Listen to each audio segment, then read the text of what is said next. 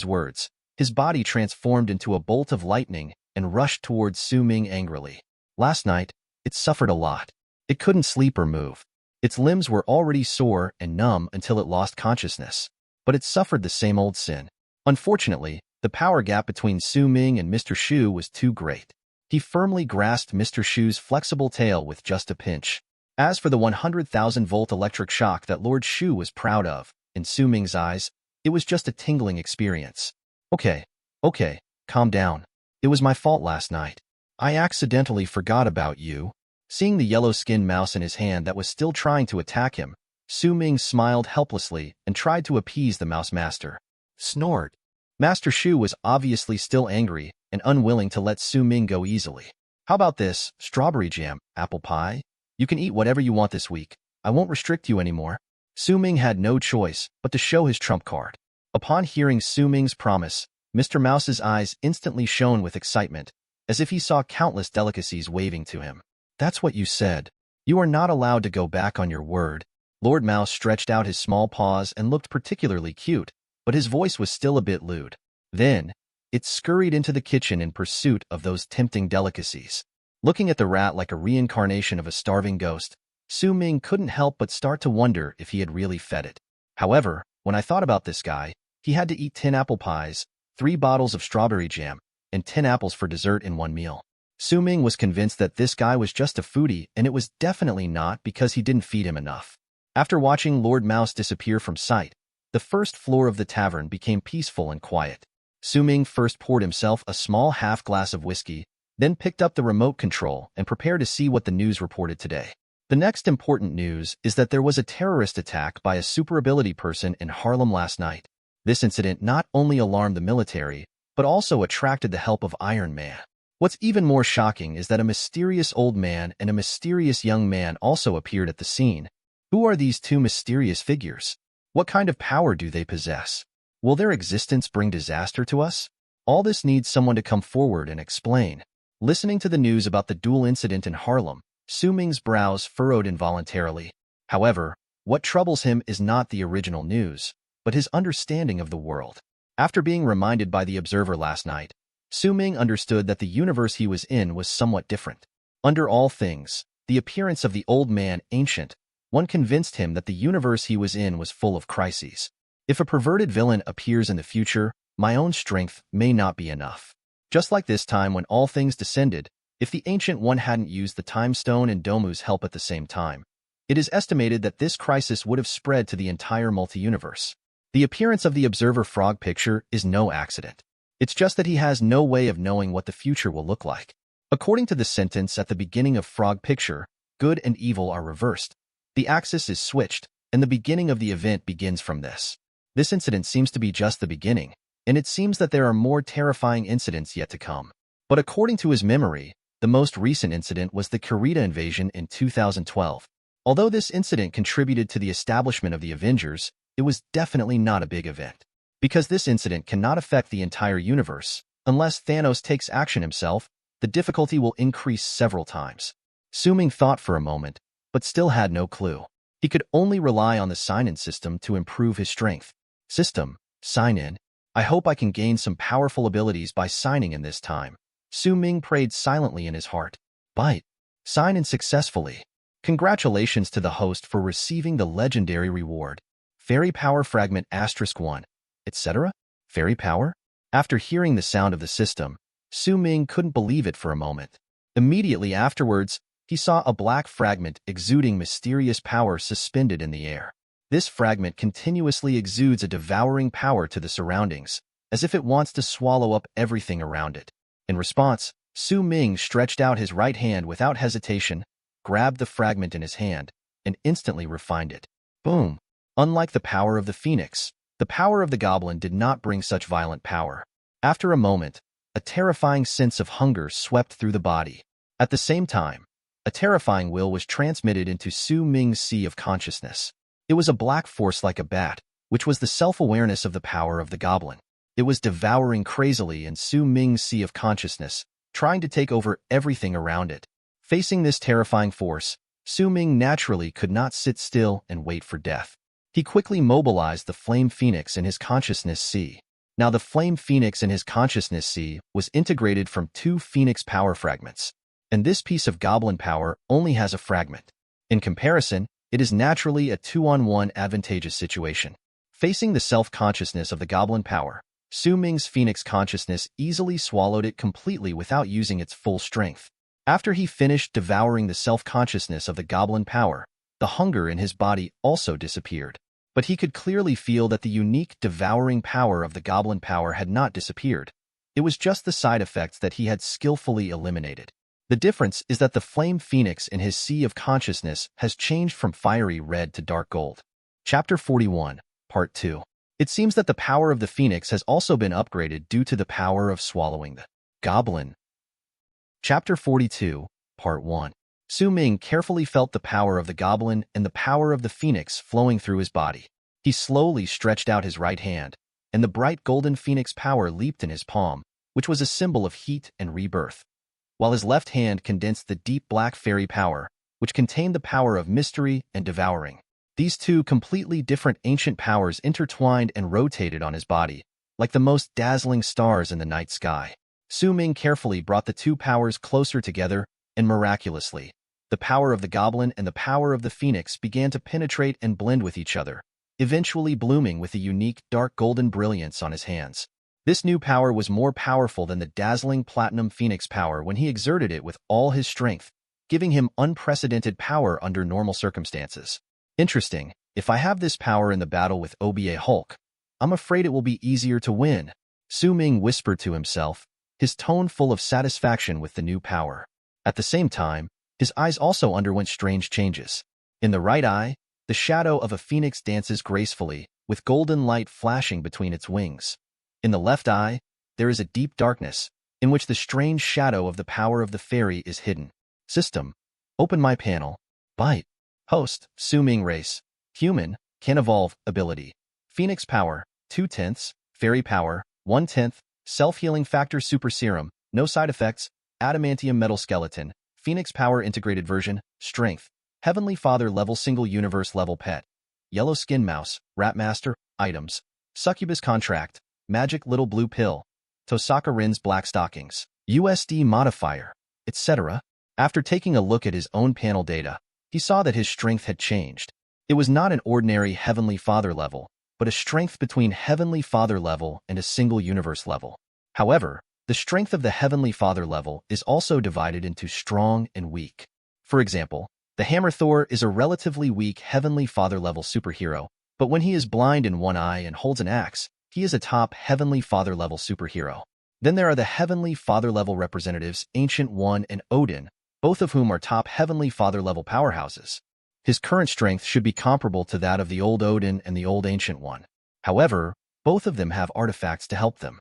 Odin has Gungnir and the Destroyer armor. If he wears the Destroyer armor and holds Gungnir at the same time, his strength will surpass what Heavenly Father can bring alone. Body universe level. As for the Ancient One, he has the Eye of Agamotto. First of all, the Eye of Agamotto is an artifact, and then the Time Stone is still stored in the Eye of Agamotto. The Infinity Stone, the Time Stone alone, already possesses the strength of a single universe, so the Ancient One's strength is not simply Heavenly Father level. But the Ancient One has one major disadvantage, and that's his human body. The weak human body has become a shackle that limits his power, preventing him from fully unleashing his potential. However, his current body has been baptized by the power of the phoenix and the power of fairies, and has already surpassed the category of ordinary humans. He should now be close to the existence of a divine body, which has given him almost unlimited potential and power. Just when Su Ming was carefully feeling every force in his body, the tavern bell rang loudly. Jingle. I saw Matt walking in arm with an extremely beautiful woman. Seeing the person coming, Su Ming smiled knowingly, and then said, "This beautiful lady must be Miss Erica." As Su Ming spoke, he took a bottle of wine from the bar and poured half a glass for each of Matt and Erica. I really don't understand why a beautiful lady like you would like a blind man like Matt. Su Ming started teasing Matt. In response, Matt smiled slightly and said very shamelessly, "Perhaps my personality is so dazzling that people ignore the small visual flaws. On the other hand, some people are still alone, with no one to accompany them. I can't help but wonder if his sexual orientation is a little different." There was a bit of rudeness in Matt's words, but also a bit of humor. Unfortunately, as soon as he finished speaking, Emma slowly came down from the second floor wearing a large Su Ming shirt. Her whole person exuded a lazy and charming temperament, like a sleeping beauty who had just awakened from a dream. Afterwards, Emma and Su Ming exchanged a warm and sweet morning kiss, and then naturally sat in Su Ming's arms. Although Matt couldn't see, through the subtle changes in his voice, he was still keenly aware that there was someone else in Su Ming's arms. Etc.? What's going on? You too. Matt's voice was filled with surprise and disbelief. Yes, it's exactly what you think. Hearing Su Ming's answer, Matt showed a happy smile, like an old father seeing his son who had been single for more than 20 years finally come to his senses. Okay, stop gossiping and tell me how things went after you went back yesterday. As Su Ming spoke, he glanced at Matt, and then at Erica, who was sitting next to him. Yesterday went smoothly, thanks to the fact that we eliminated most of the Hand's ninjas in the tavern, leaving them no time to worry about the team chasing Erica. Matt held Erica's hand tightly and said with lingering fear. When Su Ming heard this, he nodded slightly, as long as everyone is safe and sound. But then Erica suddenly said, Mr. Su Ming, thank you very much for your help yesterday, but I want to remind you that yesterday we only defeated a small team from the Hand. They're not bringing out the best in the organization. I'm worried they'll send members of the elite to retaliate against you next time. Erica once served in the Hand and knows how terrifying the masters inside are. She even heard that the 5 fingers of the Hand were old monsters that had lived for hundreds of years with unfathomable strength, not to mention the beasts they believed in. It is said that once the beast comes to the world, it will bring endless darkness and disaster. Don't worry, Miss Erica, I'm not bragging. These ninjas in the Hand are really not impressive enough. If the beast they believe in goes into battle in person, I might still have some expectations. As for the ninjas of the Hand, I can only say that they are just a bunch of rabble. Su Ming hugged Emma in his arms and responded confidently. Seeing Su Ming be so confident, Erica didn't know how to continue persuading him for a moment. At this moment, Master Mouse patted his belly and walked out of the kitchen with a satisfied look on his face. When he saw 2 men and 2 women sitting on the sofa, Master Mouse's mean character came into play again. Oh my god, I was fed 2 handfuls of dog food just after I was full. I was really overwhelmed. As Master Mouse spoke, he climbed onto the sofa with great effort, assumed a more comfortable position, and prepared to take a nap. Chapter 42, Part 2. Seeing Lord Shu eating and sleeping, Su Ming couldn't help but have a few black lines appear on his forehead. Chapter 43, Part 1. 3 Curved Wings. Alexander Pierce's office. As soon as Nick Fury finished dealing with the incident caused by Hulk, he was urgently recalled to the SHIELD headquarters. To be precise, the leaders of the World Security Council urgently need to convene an emergency meeting, and the main content of this meeting is how to deal with Dr. Bruce Banner and the recent problems of mutants frequently disrupting society. Pierce, what on earth is going on that calls me back in such a hurry? As soon as Fury entered Alexander Pierce's office, he couldn't help but complain. Is a nuclear war about to break out? Fury had a relaxed smile on his face and casually tossed out a joke. Nuclear war has not yet come, but the issues that the directors will discuss this time are no less important than nuclear war. Pierce responded with a smile, a bit serious in his tone. Later, under the guidance of Pierce, Fury walked into the conference room next door with him to meet with the 5 directors. Okay, fellow directors, Director Fury has arrived. Let's start this meeting. After Pierce finished speaking, he stepped aside and gave the focus of the meeting to Fury. Because at this meeting, the directors were mainly asking about Fury, Pierce did not need to get too involved for the time being. Director Fury, do you know how much panic this incident has caused to the public? We currently have serious doubts about SHIELD's ability to handle various bizarre events. What exactly are you spending our tax dollars on? In addition, mutants have frequently posed threats to society recently. How can we effectively restrict the behavior of mutants? For troublesome questions came straight to his face as soon as he came up. Even Fury, who had experienced various incidents, big and small, could not help but frown at this moment. He found that he was frowning more and more frequently recently. Ever since Su Ming appeared, he had been frowning almost every day. Fellow directors, we have dealt with the incident caused by Dr. Bruce Banner and Major Emil Blonsky. You can rest assured that such incidents will never happen again in the future, because Dr. Bruce Banner will always be under the surveillance of SHIELD from now on. I have an idea about SHIELD's ability to deal with various strange events. We can assemble a force with special capabilities that will be dedicated to dealing with such difficult and unique incidents. Through this meeting, Fury directly expressed his inner Avengers plan. After hearing this, the directors did not agree immediately, but they did not object either. They started a heated discussion. The main discussion direction was who should lead this powerful team and how to prevent possible rebellion among them.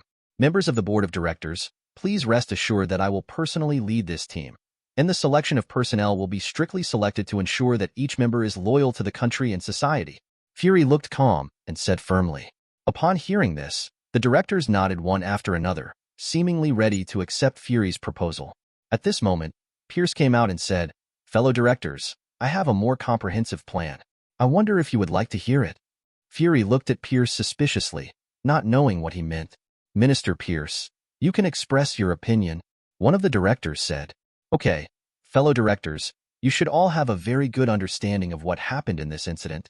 Major Emil Blonsky was originally just an ordinary soldier, but after being injected with Dr. Banner's blood, he became an extremely powerful warrior. In this regard, I think we can use the blood of Dr. Bruce Banner to create a group of super soldiers who are loyal to us. As long as we have this group of super soldiers, all the problems in the world will be solved. Even the mutants that give you a headache will be solved with the emergence of super soldiers." Pierce smiled and told his plan. However, only he himself knows what the real purpose of his plan is. As a senior executive of Hydra, he must seek greater power for the organization. Although they already had the powerful Winter Soldier, after seeing the terrifying power of the Hulk and the Abomination, he came up with the idea of using SHIELD to create new super soldiers who would only obey his orders. However, as soon as he proposed his plan, he was interrupted by Fury. "No, this is absolutely not possible. Both the directors and Minister Pierce should think about it deeply. If we really mass-produce these super soldiers, once one of them rebels, what will we do to restrain them? You have witnessed with your own eyes the destructive power of Major Mir Blonsky after his transformation. Just imagine, if there were 10, 100, or even 1,000 such warriors, would anyone in this world be able to control them?" Fury's words were sharp, listing all the dangers that super soldiers might bring. However, deep down in his heart, he suddenly thought of a person, Su Ming. If 1,000 super soldiers are used, can Su Ming be subdued? This question quietly emerged in his mind. After hearing the various issues listed by Fury, the directors, who were originally a little confused, all stopped their discussion. "Minister Pierce, your plan will wait for a while. We need to evaluate its various values. Director Fury, your Avengers plan can be implemented." After that, every director raised their hands and approved Fury's Avengers plan. Seeing that his plan was approved, Fury showed a relaxed smile on his face. This can be said to be the best news in recent times. Pierce didn't show any disappointment when he saw that his plan failed. Since he couldn't pass it openly, he would do it secretly. Many things need to be done secretly, but it is more convenient to do it openly. Anyway, Bruce Banner is being held at the SHIELD headquarters, so there is no need to worry about the blood bank escaping. By the way, fellow directors, I have one more thing to do here. Fury remembered Su Ming's 3 conditions. "Please, Director Fury." Afterwards, Fury explained Su Ming's conditions. After listening to this, all the directors became visibly angry. A mutant actually dares to make all kinds of demands. If you ask me, he should be arrested directly. The directors were obviously angered by Su Ming's conditions. "Director Fury, execute the Avengers plan immediately. I want you to arrest this mutant named Su Ming as soon as possible. We would like to see what kind of mutants actually dare to make such unreasonable demands." The directors said that all projections should be turned off, and this meeting was considered over. Fury then walked out with Pierce. "Pierce, do you really think that super soldier plan is sound?" Fury asked suddenly and abruptly. Faced with Fury's question, Pierce smiled and said, "I'm just giving you a suggestion. The decision-making power is still in the hands of you and the council." Fury nodded, got on the elevator, and returned to his office. As soon as he entered the office, Fury lay tiredly on his chair. Not only did Su Ming's conditions fail, but the council also asked him to arrest the person.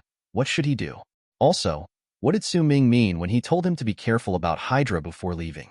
Chapter 43, Part 2. Is it possible that there are people from Hydra in SHIELD? Chapter 44, Part 1. Sakura Country, one of the main bases of the Hand. In the spacious and deep hall, the dim lights were like sparse stars in the night, barely illuminating the vague outlines around them. The light seemed to be pulled by invisible gravity, hanging low and dim. In the center of the hall, there are 5 magnificent chairs. On each chair sits a figure. They are the 5 leaders of the Hand: Alexandra, Mrs. Gao, Botu, Soanda, and Murakami. The 5 of them are all elders from Kunlun, China, but they were expelled because they tried to use dragon bone fossils to extend their lifespan. After being expelled, the 5 of them joined the notorious Hand. Since then, they have begun to manipulate various illegal and criminal transactions on a global scale.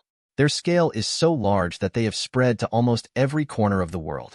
On the surface, they are an evil organization engaged in assassinations, drug smuggling, human and organ trafficking, and do all kinds of evil.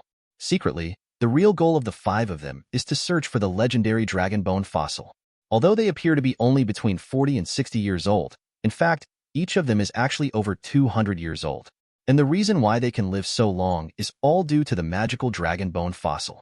In addition, the beasts that the hand believe in are also a means for them to seek immortality. After communicating with the beast, they got a promise. As long as it can come, it will give the 5 of them eternal life. However, realizing this promise is not easy, because the beast's container is really difficult to find, and every time it is finally found, it is always ruthlessly obliterated by the Stickman and the people of the Holy Society. Now, the container closest to them is right in front of them, and that is Erica. Unfortunately, Erica defected from the organization before the ceremony began. Wilson, there is news from Fisk that the operation to capture Erica does not seem to be going as expected. Mrs. Gao was sitting in the center, her behavior revealing extraordinary elegance, and she was concentrating on brewing tea. The fragrance of tea rose up, complementing her calm face. According to him, the main reason for the failure was the intervention of a lawyer named Matt and a publican. Oh, since when did lawyers and tavern owners dare to interfere with the hand's affairs? Suawanda, who was in the 4th position, sounded a bit disdainful and confused. Humph, since some people dare to meddle in other people's business, let them see the iron fist of the hand. Botu had an impatient temper, a cigarette hanging from the corner of his mouth, and a submachine gun in his hand. He looked ready to take action at any time, and his words revealed unquestionable ruthlessness. If Shield is helpless against us, what can 2 ordinary people do? Mrs. Gao glanced at Bo lightly, and her tone was calm and direct. How do you conclude that they are ordinary people? Fisk's letter mentioned that Matt is an extraordinary vigilante whose strength cannot be underestimated, and that the tavern owner is a mutant, and his strength may not be inferior to ours. When the disciple heard this, he clapped the case angrily. Then the dragon bone fossils and the beast's container that we found with so much hard work were given away just because of these 2 guys. They are all in New York, within reach. Botu, sit down. Alexandra's voice was cold and powerful, interrupting Botu's roar. Don't always be so impulsive. We are looking for solutions. Violence is not a panacea. Botu sat down angrily, but he still couldn't hide the anger in his heart. Gao, what's your opinion on this? Alexandra turned to Mrs. Gao with a trace of expectation in her eyes. Mrs. Gao slowly put down the tea set in her hand with a deep look. We must act cautiously, not only to ensure that the plan is safe, but also to take into account all possible variables. Since the vigilante and the tavern owner like to meddle in other people's business, let's get rid of them first. I propose that this operation be led by Murakami. What do you think? Mrs. Gao's profound gaze turned to Murakami, who had always remained silent. Everyone here knows that if strength is used as a yardstick, Murakami is undoubtedly the best among them. Although he is taciturn, his actions always speak louder than words, silently showing his extraordinary qualities. However, Murakami has a habit that is not known to ordinary people. That is, he has an almost obsessive preference for killing, which makes him appear mysterious and complicated in the team. When Mrs. Gao's proposal came to an end, the other 3 did not immediately agree, but unanimously turned their attention to Murakami. They were waiting for Murakami's own attitude. After all, making decisions for the parties before they express their opinions is obviously disrespectful of their personal wishes. Faced with everyone's gaze, Murakami didn't say much. He just gently picked up the saber on the table and blended into the surrounding darkness in a flash. It seems that we no longer need to have a cumbersome show of hands vote. An elegant smile appeared on Mrs. Gao's lips, looking like a 1,000-year-old fox. New York, Hell's Kitchen, Tavern. Time flies, and in the blink of an eye, 3 days have passed. Without all kinds of distractions, Su Ming finally had some free time. During these 3 days, Su Ming's daily life was almost occupied by the tavern. During the day, he devoted himself wholeheartedly to the exploration and development of the power of fairies and the power of the phoenix almost every day. The power of fairies is one of the mysterious 3 ancient powers. Its ability is far from just the ability to devour. It hides several rather perverted abilities, namely modifying reality and witchcraft. Unfortunately, perhaps because we only have fragments in hand at the moment, The ability to modify reality is extremely weak, while witchcraft is still in its infancy and showing its strength. He has been able to use witchcraft to release the power of the 5 elements and various natural forces. Although these skills are not earth-shattering, they are still somewhat useful. But in the face of the Phoenix power with 2 fragments, the power displayed by witchcraft is slightly inferior, just like the light of fireflies competing for the brightness of the bright moon. But what is exciting is that when the power of the goblin and the power of the Phoenix integrate with each other, a shocking chemical reaction occurs. This power of integrate can directly modify certain realities. This is an extremely powerful new ability that he has developed in these 3 days. This ability is like a key, opening a new door for him. He can now use the 2 integrate abilities to perform various strange witchcraft. Although the power is not strong, the effect is great. It's a pity that there is no suitable opponent to verify and display his newly developed ability. Suddenly, Su Ming thought of a suitable candidate. In today's world, besides the Master Ancient One, who else's magical attainments can surpass him?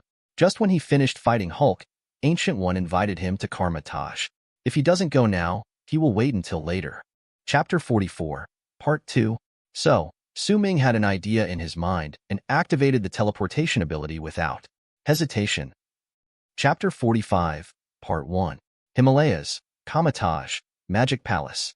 In the main hall, Master Ancient One sits at the top, as if he is integrated with this ancient hall. He is surrounded by layers of mana fluctuations, rising and falling like the tide, exuding a deep and mysterious atmosphere. In front of him, a mana map composed of pure magic slowly unfolded, with colorful light flowing on it. The pattern was intricate, like the trajectory of stars and the veins of the universe. Every line and every color contained endless meanings of strength and wisdom. This mana map seems to be a miniature universe, showing all the secrets and laws of magic. At a glance, people can't help but be immersed in the vast magical world and feel in awe. At this moment, Ancient One is explaining the origin and application of magic to his disciples. Just as everyone was immersed in Ancient One's picturesque explanation, a dazzling golden light flashed outside the door of Karmatage Hall, like a meteor in the sky, short and dazzling. Immediately afterwards, Su Ming's figure miraculously appeared in the center of the martial arts arena, as if stepping from the void, carrying an indescribable and otherworldly aura. Seeing this, Master Ancient One slowly put down the finger that was caressing the mana diagram. A gentle and profound smile appeared on the corner of his mouth, and his eyes gently looked outside the door, as if he could penetrate the space and look directly at Su Ming. It seems that we have a distinguished guest coming to our door. This is the end of today's explanation, and we will continue tomorrow. After saying this, Master Ancient One stood up and walked slowly towards the outside of the main hall. Seeing this, all the disciples consciously made way for a passage, their eyes full of admiration and curiosity, watching the back of Master Ancient One gradually go away. Which expert is it that the Master can welcome in person? A disciple lowered his voice and asked the fellow disciple beside him, with curiosity shining in his eyes. I don't know, but since I started, this is the first time I've seen a master greet guests in person. The disciple who was questioned shook his head, his face also full of confusion and surprise. The 2 of them turned their attention to their senior brother Modu, hoping to get some clues from him. Modu frowned slightly, but could only shake his head helplessly. Don't look at me, I don't know either. Due to this sudden change, the entire hall was filled with a subtle and mysterious atmosphere, and every disciple was filled with curiosity and expectation for this mysterious visitor. Outside the main hall, Su Ming was looking curiously at the majestic architecture of Karmatage and the scattered magical weapons on the martial arts field. Each of those magical artifacts that shone faintly in the sun seemed to contain extraordinary power, and even a few of them, if his memory was correct, were legendary artifacts. At this moment, they were as quiet as ordinary objects, quietly displayed on the martial arts field. In this regard, Su Ming could only say that he was worthy of being the Ancient One. He was really rich and powerful. Just as he was immersed in this shock, a gentle and deep voice interrupted his thoughts. Welcome, Su Xiaoyu.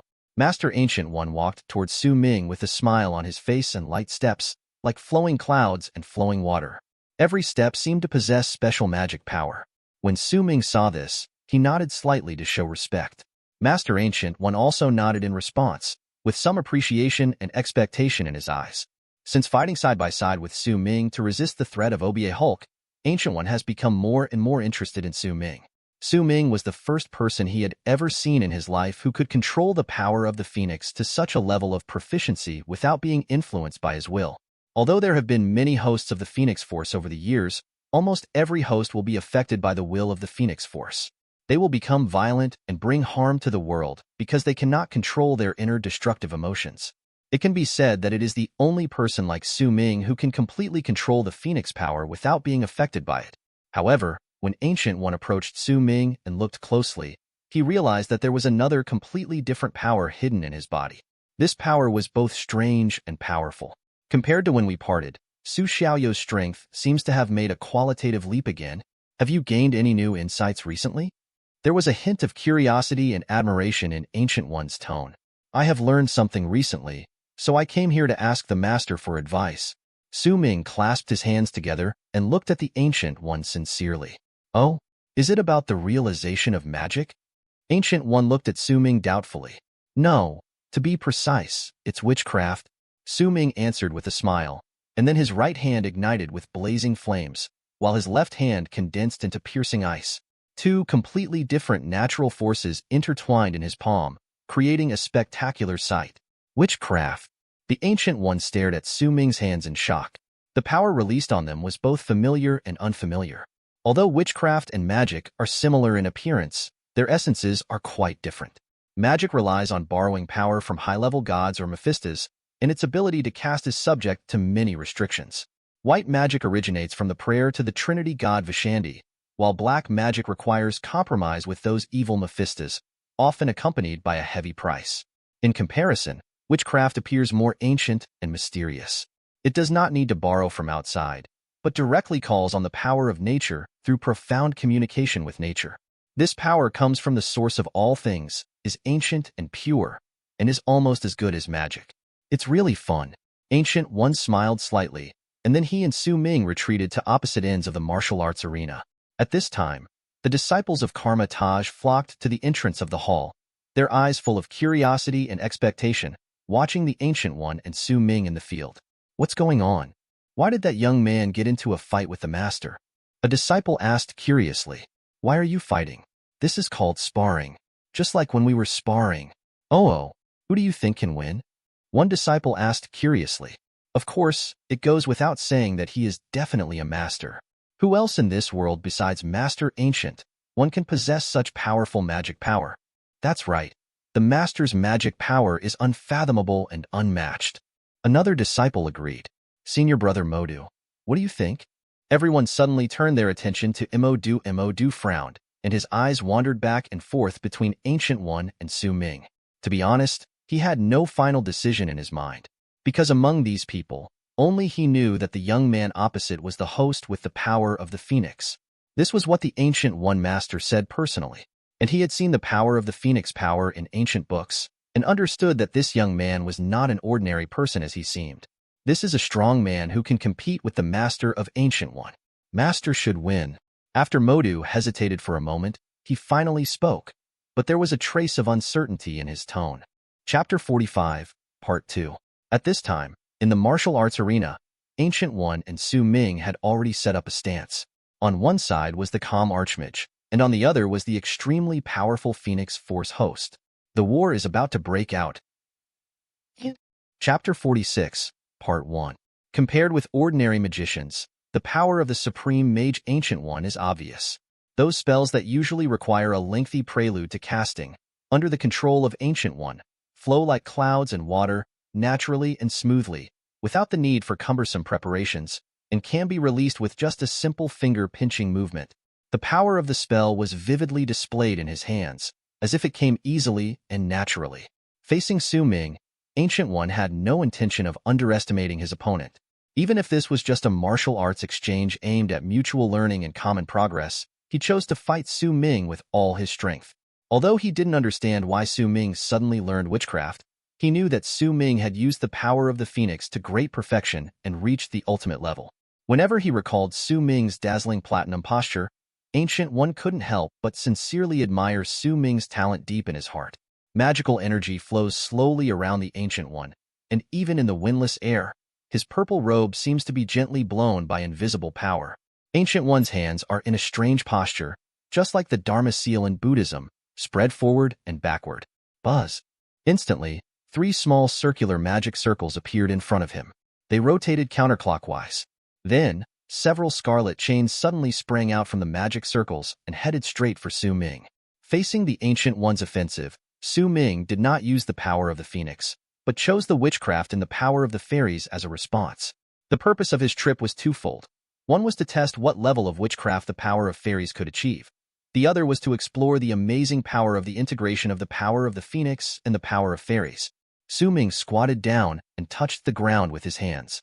In an instant, a solid earth wall rose from the ground. Looking at Su Ming's earth wall, Ancient One raised his eyebrows slightly, with a glint in his eyes. He freed up his right hand, tapped the earth wall with his fingertips, and a beam of mana shot out. The moment this magic power touched the earth wall dissipated like an illusion and became invisible. This was the legendary alchemy transformation. Seeing his earthen wall being easily cracked by the Ancient One, Su Ming's expression remained as calm as ever. He rubbed his hands together, and the power of thunder and lightning gradually gathered between them. With a sudden pull, a thunder whip condensed from thunder suddenly appeared in his palms. Whoosh! Su Ming waved lightly, and the thunder whip easily tightly wrapped the 3 scarlet chains coming towards him. The power of thunder followed the chains and surged towards the Ancient One like a tide. Facing this scene, the Ancient One raised his lips slightly, clenched one hand, and the 3 magic circles instantly integrated into one. Then, with a slight twist, a magic shield condensed and formed in front of him. It is Kamatage's classic defense skill, Seraphim's Shield. Boom! The power of thunder violently hit the magic shield, causing waves. Yes, you are quite proficient in the control of witchcraft. It's not like you are using it for the first time, Ancient One praised. Facing the Ancient One's approval, Su Ming showed a hint of embarrassment. If it weren't for the power of the goblin, he would never be able to use it so skillfully.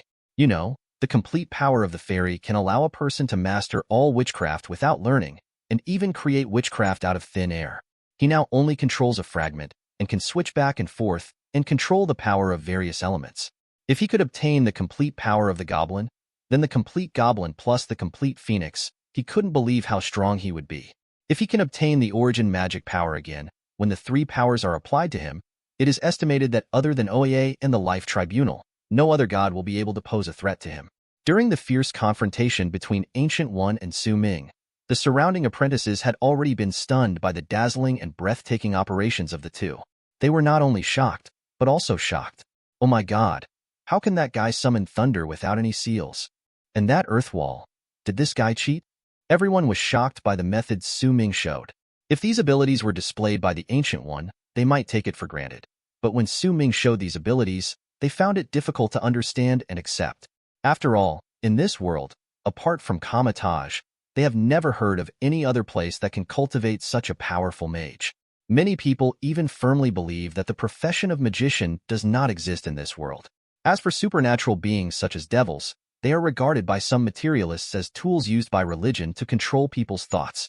However, they can never imagine that the darkness and mystery of this world are far beyond their imagination.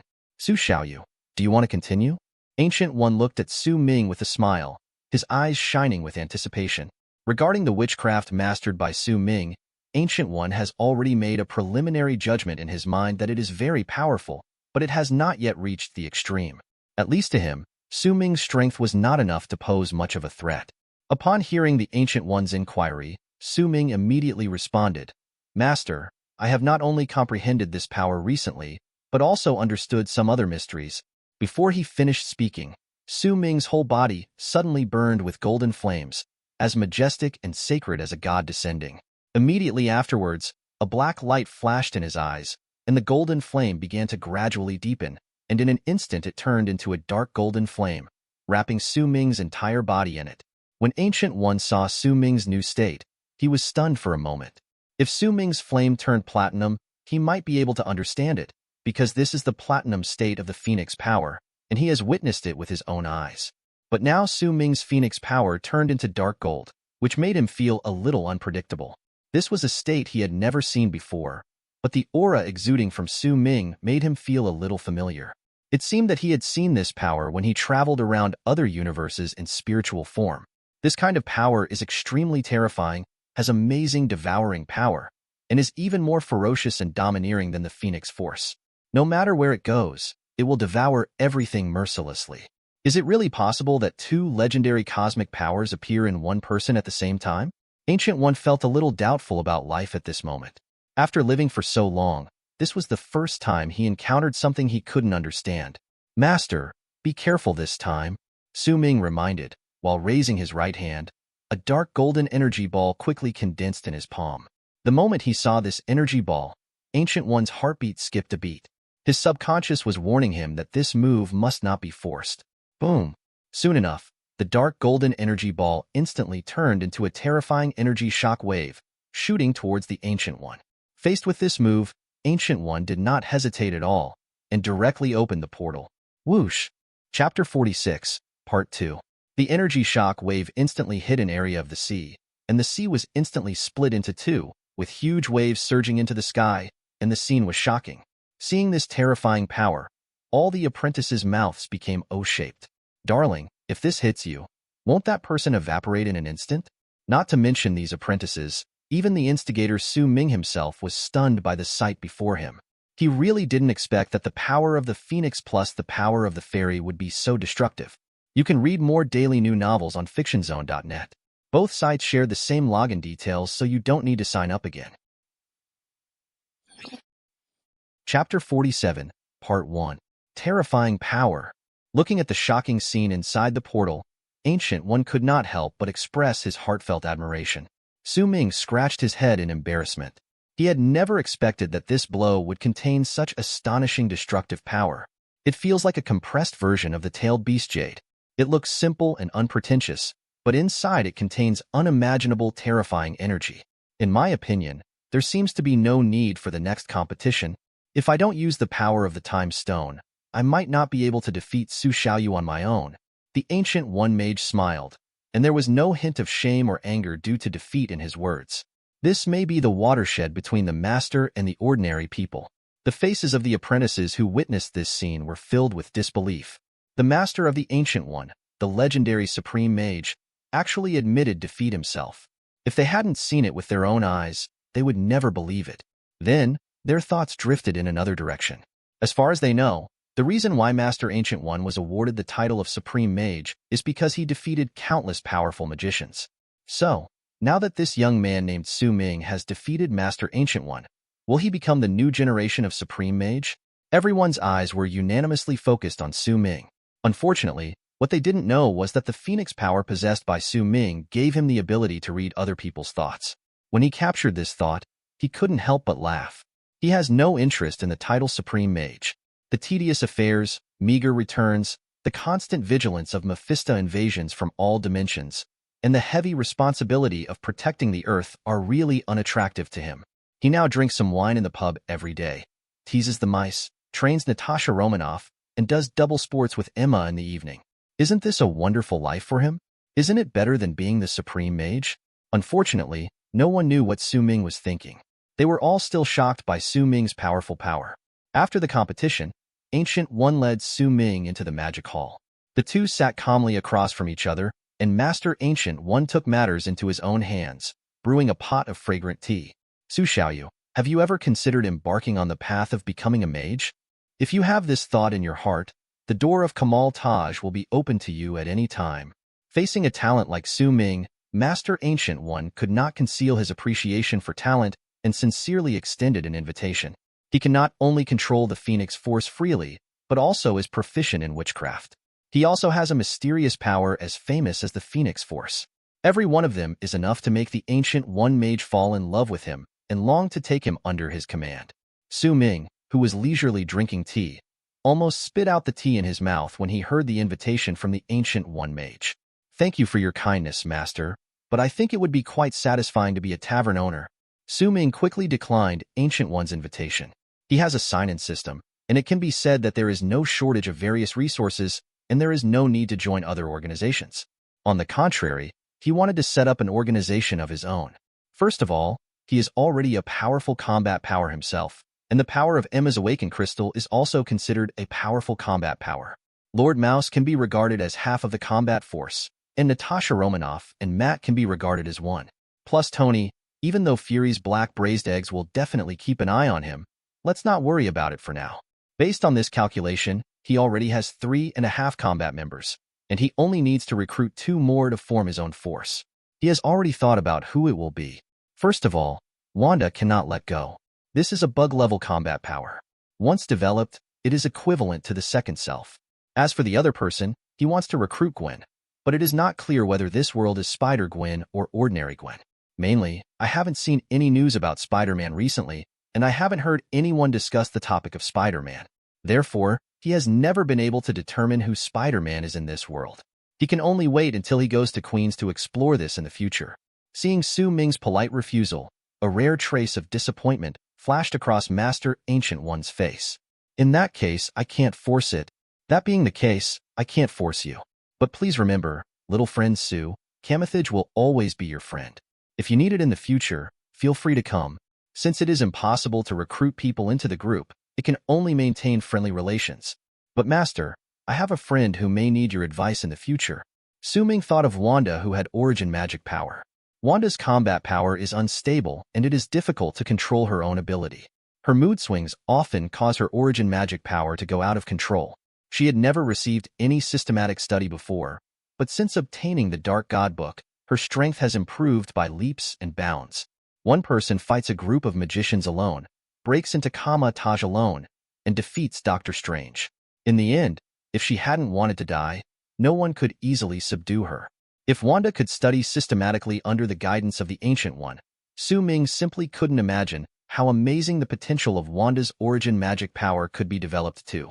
However, in the process of developing origin magic power, there is an obstacle that cannot be ignored, and that is Sithorn. A large part of the reason why Wanda has origin magic power is because of Sithorn. Sithorn, an old man, tried to come to the world through Wanda, but failed every time. Now, he faces a thorny problem.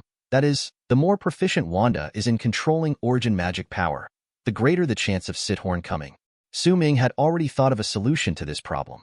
That is to get rid of the person who caused the problem. Since Sithorn wanted to possess Wanda, he would go directly to Sithorn's space and devour him. But this is all a thing for another day. His current strength is definitely not enough, and he can only consider it after more and more pieces are signed in the future. Oh, what kind of friend is he? Hearing that Su Ming had a need, Ancient One also became curious. Well, she has many names. Some people call her the Scarlet Witch, and some people call her the Final Witch. Upon hearing these 2 titles, Ancient One's hand that was pouring tea stopped for a moment. Scarlet Witch, the last witch? Ancient One asked, seemingly unsure. Yes. Su Ming nodded. Haha, I really didn't expect it. I didn't expect it. Ancient One rarely laughed heartily. So, Master, do you agree? Su Ming asked with some uncertainty. Of course, Su Xiaoyu. I have always looked forward to seeing this legendary existence with my own eyes. Ancient One agreed to Su Ming's request without hesitation. Just as the two were having a lively conversation, Su Ming's cell phone suddenly rang. Drop. Su Ming answered the phone and was greeted by Master Shu's loud voice. Chapter 47, Part 2. Su Ming, what's wrong? The blind man and his partner were captured. Thanks for watching. You can find the next videos in the playlist linked in the info card, directly on my channel, or right here on the screen. And as always, if you have any feedback, feel free to share it in the comments too.